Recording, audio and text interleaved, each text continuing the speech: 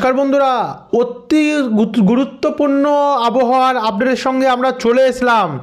অবশেষে ঘূর্ণিঝড় আরও ভয়াবহ হতে পারে, এমনটাই কিন্তু নতুন আপডেটে উঠে আসছে। আগামী আর কয়েকদিনের মধ্যে নতুন একটি ঘূর্ণিঝড় বঙ্গোপসাগরে তৈরি হবে। এটা কিন্তু আপনাদেরকে আমরা গত অনেক দিন ধরে দেখাচ্ছি। কখনো দেখাচ্ছে 23-24-এ তৈরি হবে, কখনো বা দেখাচ্ছে 25-এ তৈরি হবে, এবং কখনো দেখাচ্ছে যে এটি 26-এও তৈরি হবে। কিন্তু এই এখনকার লেটেস্ট আপডেট বলছে এটি 22 থেকে 23-এর মধ্যেই তৈরি হবে ঘূর্ণিঝড়। কিন্তু আস্তে আস্তে করে এগোতে এগোতে তার যে শক্তি বৃদ্ধি সেটা কিন্তু বাড়তে বাড়তে একটু টাইম লাগবে, এবং পুরোপুরিভাবে এটি ঘূর্ণিঝড়ে পরিণত হয়ে শক্তি বাড়িয়ে উঠতে টাইম লাগবে বুধবার 26 তারিখ অবধি। বুধবার 26 তারিখের ECMWF মডেল, অর্থাৎ আমাদের আন্তর্জাতিক মডেলের লেটেস্ট আপডেট অনুযায়ী ঘূর্ণিঝড়ের যে গতি সেটা সর্বোচ্চ থাকতে পারে 115-16-17 কিলোমিটারের কাছাকাছি। দেখুন স্পষ্ট কিন্তু আপনাদেরকে আমরা দেখাচ্ছি, আপনারা দেখছেন স্ক্রিনের ওপরে সরাসরি যে এখানের যে সর্বোচ্চ গতি সেটা কিন্তু 111-15-17 তো রয়েছে, এবং এর যে এরিয়াটা অনেকটাই কিন্তু বড় এরিয়া নিয়ে এটা রয়েছে। তবে যে আছড়ে পড়ার স্থল সেটা নিয়ে কিন্তু এখন একটা কনফিউশন রয়েছে এই ঘূর্ণিঝড়ের, কারণ এটা বাঁক ক্রমশ নিচ্ছে, অর্থাৎ ক্রমশ এটা বেঁকে যাচ্ছে গিয়ে। কখনো দেখাচ্ছে এটা এই পোর্শনে আছড়ে পড়বে, এখন আবার দেখাচ্ছে এটা এই দিক বরাবর এগোচ্ছে। যদি অ্যাকচুয়ালি এই দিক বরাবর ঘূর্ণিঝড়টি এগিয়ে যায়, এর স্থলভাগ হতে পারে ওড়িশা উপকূল। আর যেহেতু অনেক বড় এরিয়া নিয়ে এই ঘূর্ণিঝড়টি রয়েছে, তো ওড়িশার এই ভুবনেশ্বরে আছড়ে পড়লেও আমাদের পশ্চিমবঙ্গেও কিন্তু এর প্রচণ্ড প্রভাব পড়বে, আর ভয়ঙ্কর পরিমাণে প্রভাব পড়তে পারে। তো চলুন আপনাদেরকে দেখাই কিভাবে, কোথায়, কখন এই ঘূর্ণিঝড়টি আছড়ে পড়বে এবং কবে থেকে এই ঘূর্ণিঝড়টি তৈরি হবে, আমাদের বাংলার ওপর এর কোনো প্রভাব কতটা পড়তে পারে। তো ভিডিওটিকে আপনারা বিনা স্কিপ করে শুরু থেকে শেষ পর্যন্ত দেখতে থাকুন এই ঘূর্ণিঝড়ের ব্যাপারে সমস্ত তথ্য জানতে হলে। ভিডিওটি আপনারা কোন জেলা থেকে দেখছেন, আপনাদের জেলায় আজ আবহাওয়া কেমন চলছে, নিচে আমাদেরকে কমেন্ট করে জানাতে ভুলবেন না। আর ভিডিওটি ভালো লাগলে লাইক করে দিয়ে অবশ্যই চ্যানেলটিকে সাবস্ক্রাইব করে রাখতে ভুলবেন না, প্রতিনিয়ত এমনই আপডেট পাওয়ার জন্য, এবং ভিডিওটিকে লাইক করে দেবেন। তো চলুন এবারে ভিডিওটিকে আমরা শুরু করি। তো আমরা এসে পড়ি এবারে কবে থেকে, 24 তারিখ থেকে। গত আপডেটগুলোতে আপনাদেরকে আমরা বন্ধুরা দেখাচ্ছিলাম যে ঘূর্ণিঝড় দেখাচ্ছিল 20 তারিখ থেকে, কিন্তু এখন ফ্রেশ আপডেট অর্থাৎ লেটেস্ট যে পরিবর্তন ঘটেছে তাতে ঘূর্ণিঝড় তৈরি হওয়ার পরিস্থিতিটা কিন্তু পিছিয়েছে, অর্থাৎ যেটা 20 বা 21-এ হওয়ার কথা ছিল সেটা কিন্তু এবারে 24 এবং 25 থেকে হচ্ছে। মানে দেখুন কতটা পিছিয়ে গেছে গিয়ে, 3 দিন পিছিয়েছে এই ঘূর্ণিঝড়ের ঘূর্ণাবর্তটি। তবে 24 তারিখ থেকে আমরা দেখতে পাবো যে বঙ্গের সাগরে কিন্তু জলীয় বাষ্প প্রবেশ করা শুরু হয়ে যাবে গিয়ে। দমকা ঝড়ো হাওয়া আমরা সরাসরি দেখতে পাবো দক্ষিণ মধ্য বঙ্গোপসাগরে থাকবে, এবং 24 তারিখ থেকে একটু একটু যদি আমরা এগোতে থাকি মোটামুটি ওই বিকেলবেলা কি সন্ধ্যেবেলা নাগাদ, তো সেই অনুযায়ী আমরা দেখতে পাচ্ছি যে কখনো দেখাচ্ছে ঘূর্ণাবর্তটি এখান থেকে তৈরি হচ্ছে ঘূর্ণিঝড়ের, এবং যার ফলে এটা দেখাচ্ছে এখানে গিয়ে আছড়ে পড়বে, যেটা আমরা গতকালের আপডেটে দেখিয়েছিলাম, এবং কখনো দেখাচ্ছিল এখান থেকে তৈরি হবে। কিন্তু আজকে লেটেস্ট আপডেট বলছে এই ঘূর্ণাবর্ত তৈরি হবে এই বান্দা আছে সামনে থেকে, যেটা গত বছর তৈরি হয়েছিল, এবং সেই ঘূর্ণিঝড়টা ছিল কিন্তু বেশ শক্তিশালী। সেই মতনই আমরা দেখতে পাচ্ছি সেই বান্দা আছে সামনে থেকে ঘূর্ণাবর্তটি তৈরি হচ্ছে। এর কারণে আন্দামান এবং নিকোবর দ্বীপপুঞ্জের উপরে ব্যাপক পরিমাণে দমকা ঝড়ো হাওয়া চলবে বিশাখাপত্তনম অর্থাৎ অন্ধ্র উপকূল, বিজয়ওয়াড়া, নাল্লো, চেন্নাই, পাদুচেরি এবং শ্রীলঙ্কার উপকূলেও। তো এরপর আস্তে আস্তে করে যদি আমরা একটু এগিয়ে যাই, অর্থাৎ 25 তারিখ থেকে দেখুন এই যে ঘূর্ণাবর্তটি সেটাও কিন্তু এগোচ্ছে, এগোতে এগোতে আমাদের ভারতের উপকূলের দিকে যাচ্ছে।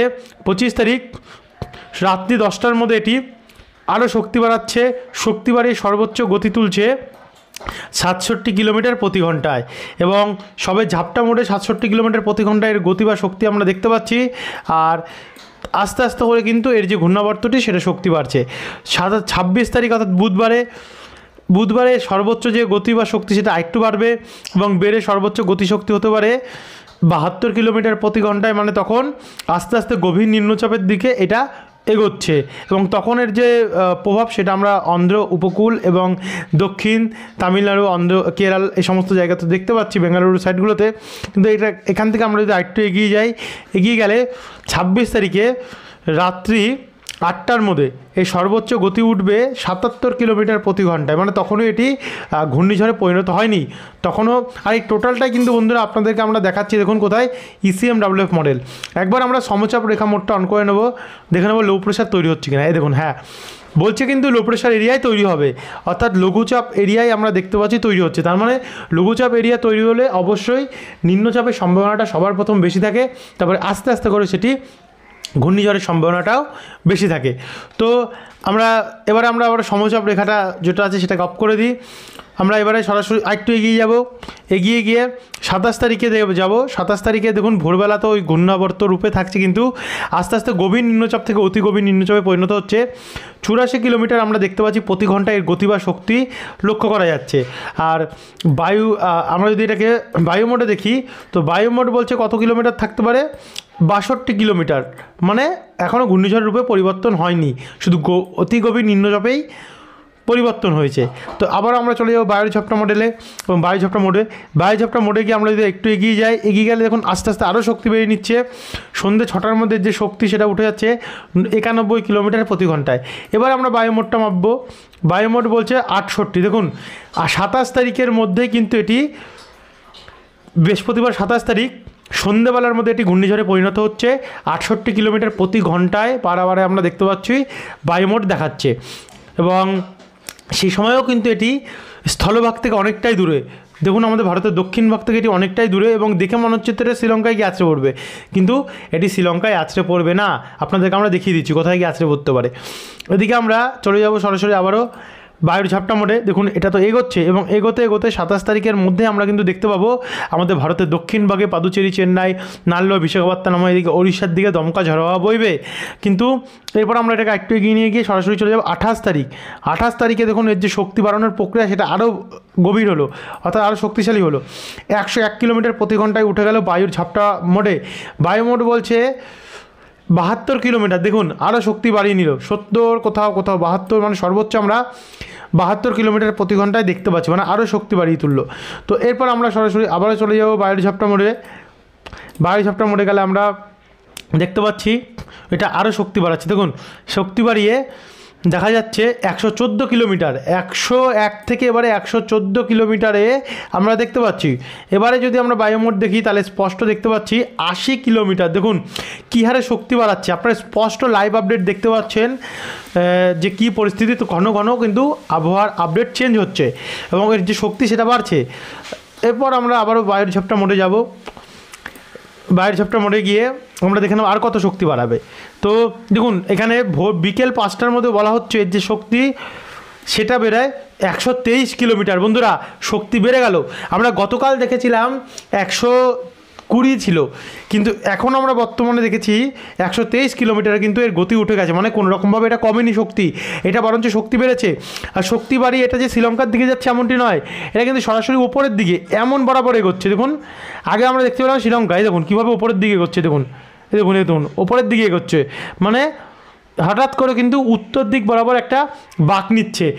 এখনও কিন্তু এর যে গতি বা পথ আরও চেঞ্জ আসছে, কী হারে চেঞ্জ আসছে। গতকাল দেখাচ্ছিলো এটা এখানে আছড়ে পড়ে এদিকে চলে যাচ্ছিলো, কিন্তু আজ এটা কিছুটা পিছিয়েছে, এবং পিছিয়ে উত্তর দিক বরাবর এগোনোর একটা সম্ভাবনা রয়েছে। অর্থাৎ আমাদের বাংলার দিকে এখনও কিন্তু এর প্রভাব পড়ার অনেকটাই চান্স রয়েছে, এবং এর ফলে আমাদের পশ্চিমবঙ্গের দিকেও প্রভাব পড়তে পারে। এবার আমরা সরাসরি চলে যাব বজ্রবিদ্যুৎ মোডে। বজ্রবিদ্যুৎ মোড অনুযায়ী যদি আমরা দেখি এতে যে বৃষ্টির পরিমাণ রয়েছে সেটা এখনও 100 মিলিমিটারের ওপরেই রয়েছে কোথাও কোথাও। দেখুন 100 মিলিমিটারের ওপরেও কোথাও কোথাও বৃষ্টির পরিমাণ রয়েছে, 90, 99 এত করে কিন্তু আমরা এর বৃষ্টির পরিমাণ দেখতে পাচ্ছি, থাকতে পারে। তো এই হচ্ছে পরিস্থিতি এই বর্তমানে বজ্রবিদ্যুৎ মোডেও এর শক্তি কিন্তু আগের থেকে অনেকটাই বেড়েছে, বৃষ্টির পরিমাণ আগের থেকে অনেকটাই ভয়ঙ্কর হয়েছে। এবারে আমরা সরাসরি চলে যাব উপগ্রহ চিত্র, মেঘবেলা মোডে যদি আমরা দেখি, দেখুন ব্যাপক মেঘের ঘনঘটাও দেখতে পাবো, এবং আমাদের পশ্চিমবঙ্গেও কিন্তু উপকূলবর্তী অঞ্চলে এর প্রভাবগ্রস্ত হতে পারে, মেঘাচ্ছন্ন হতে পারে।